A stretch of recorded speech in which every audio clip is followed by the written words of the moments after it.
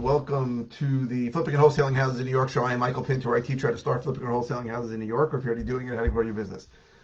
So I got a question. Is for sale by owner, Fsbo, as I used to call it in the industry, a good idea? Now, the simple answer to this is no. And I'm going to explain why. And if you stay to the end, I sort of explain what your real options are if you're thinking about going for sale by owner, because there's only a few reasons why you'd even be considering it. Now, okay, so the reason why it's a bad idea is because, especially today where we're in a super hot market, is because if you list something for sale by owner, so let's assume in the old days, the ways you listed things for sale by owner was you put out a sign and maybe you put it in the paper. Today, there are more advanced technology for that. There is more advanced technology for that, so you can list it on Zillow for sale by owner. You can list it on Craigslist for sale by owner. There are other ways to do it. I think of Craigslist, I got to do something on Craigslist. Okay, so here's the real problem. The way to get the most money from your property is to have the most people see it. Okay, the most potential buyers see it.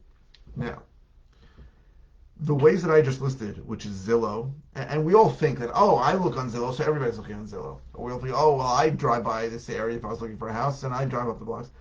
The point is, you're not going to get the most eyeballs on it. Now, therefore, it's probably not going to sell for what it should, and more importantly, in today's market, you don't even know what it should sell for.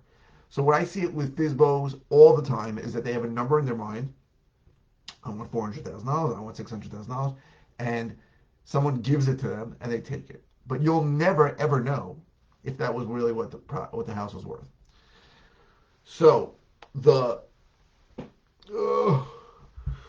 way to maximize. So let's talk about the truth. Why do most people go Fsbo? So the reasons that I find all the time are A, they don't want to pay a real estate commission. The other things are, well, that's how I've done it before and that's how I like to do it. Those are both not good answers, because it's clear to me, that by showing the property to more people, you will almost certainly make more, including the real estate commission. Now, also, real estate commissions are 1,000,000% negotiable. So a lot of people in our area, they're going to charge you 5-6%. If you push them, they'll go down to 4%, but you can get better than that. And the point of this video is not to sell my realty company, but just to explain what I do, right? So I'm a house flipper, right? That's what I do. I buy houses, fix them up, and I sell them, or I'll assign them. And what I had to do after a while was I had to have somebody list my own houses after I fixed them up. So I decided years ago that I was going to just become my own real estate broker. Now, I never wanted to be a realtor. I want to be clear. That is not what I wanted to be, right? I just wanted a way that I could control the listing. But what happened over time is that if you go on enough appointments and you meet enough sellers, you meet people who really should not be selling to an investor. So this happens to me all the time. I'll go to a house and they gotta tell me it's in bad shape, and I'll go, this is not in bad shape. And I go, oh, it hasn't been updated. I'm like, this is a sellable house, right? And he'll give me a number and I'll say, I can get you that number if you let me list it for you. But if you're going to sell it to me, you're going to leave money on the table. So some people will say, I don't care, I just want to sell it to you. And some people will say, okay, let's talk about listing. So when I became a realtor, I realized a few things. I realized, number one, most realtors suck crap, right? The reality is the average realtor does like one deal a year. And that means, think about all the guys and all the women and men who are doing a lot of deals. Most realtors are not doing any business at all.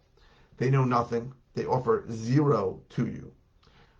And when you ask them about negotiation, they're going to say something, oh, my broker won't allow it, or my broker won't. It's just all BS. So besides most realtors not knowing anything, most realtors are going to rip you off. So I decided that when I list properties for people, it's basically as a service, and I'm going to do three things. Number one, I'm going to be the least expensive realtor that exists. So the most you'll pay me is like 3.5%. Sometimes I'll go down to 3%. It depends on the situation. And here's the thing, and what people don't understand. A realtor, the listing agent, gets a certain amount of commission from you, let's say 4%. If the buyer has his own agent, you're going to split it with them. So it's 2% to you, 2% to them. So in my situation, if in the event that the buyer doesn't have his own agent, I reduce my commission. A lot of realtors don't. They just keep it all. So very often, if the buyer does not have an agent, and I have a tremendous list of potential buyers in most areas because I've sold enough properties in there. So it's very possible I'll find a buyer who doesn't have an agent. Then you're going to pay me like 2.5%, which is really low. So I'm the least expensive realtor. Second of all, I'm the quickest realtor, right? Most places you go to, they're going to tell you, oh, give me a listing agreement for a year. A year is insane. If you push them, they'll get up to 6 months. In my opinion, 6 months is insane too. So I'll take a listing for 2 or 3 months because by then I'll have it in contract. So I'm the quickest realtor. And the third thing is I'm the best realtor because I got to sell my own properties for top dollar. So your property gets sold for top dollar too. So I know all the negotiation tactics that I use to get most money for my property, and I do that for your property if I list it also. Now, that talks about listing. There really are only two options when you're selling a property that makes sense to me. One is if the property has some kind of problem. So either you have a problem, maybe time-wise, or you don't want people coming into the house, or the property has a problem, maybe it's in bad shape. In that case, you want to explore selling it to an investor, someone like me or other investors out there. And there are advantages to that, right? So there's advantage, disadvantage. You're going to trade some money for the certainty and convenience that an investor is going to provide. Right? This isn't a predatory situation. I'm not taking advantage of someone. I'm not coming there and saying, I'm going to give me your house for $5. I'm basically telling them, listen, I'm going to give you less than you might have hoped, but I'm definitely going to close. Now, some people say, well, what the hell is the difference, right? What really is an investor providing? So let me just explain something that a lot of people don't know. If you go into a regular retail real estate transaction, the buyer has a mortgage contingency. I am someone who's in the mortgage business. I worked in the mortgage business for 17 years. A mortgage contingency, whether you realize it or not, is a get out of contract free card. You can use it almost any time. In my many years in the mortgage business, people called me all the time and said, I changed my mind. Give me a denial. Deny my mortgage. It's very easy to deny a mortgage. It's so simple. A document expires. There's a million reasons why you can deny a mortgage.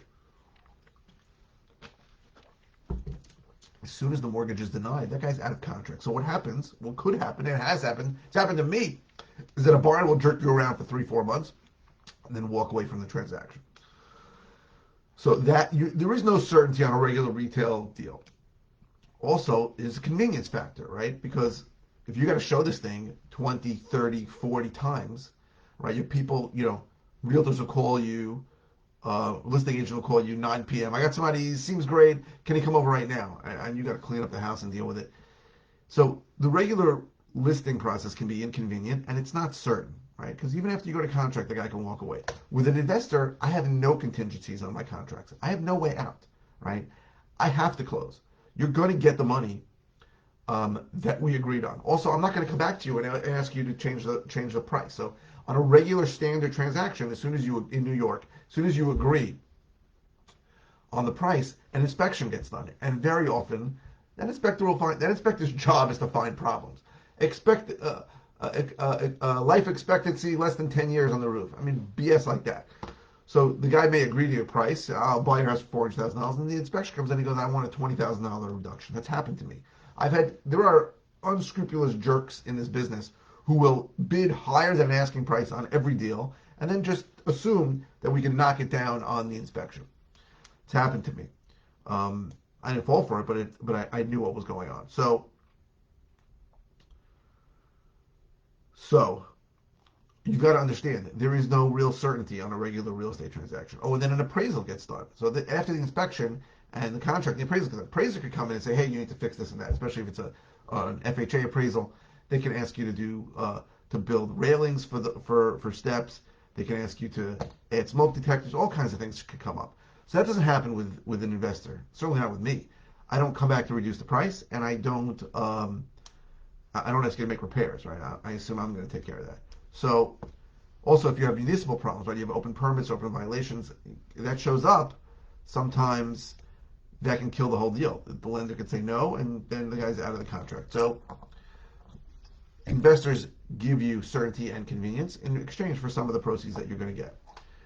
But the other option is listing, as we spoke before. If you want to max out your property and there is no time issue and no problem with the property, no problem with the municipal searches, open violations, open permits, unpermitted additions, if you don't have that, then you should list the property with a realtor. List with me or with anyone. That's how you're going to max out and get the most money. The for sale by owner, you will never know whether you did. Every property I've been selling in the last year has been going for way over asking.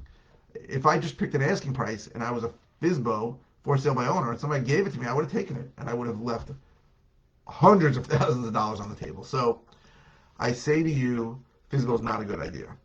I hope this was helpful. If you're interested in all the ways I can help you, go to howtoflipnewyork.com. If you're interested in my course that teaches how to do what I do, go to howtoflipnewyorkcourse.com. If you're interested in finding out more about one-on-one coaching, go to coaching.howtoflipnewyork.com. What else? If you're watching on YouTube, please subscribe. If you're watching on any channel, please click the thumbs up. The likes really help me.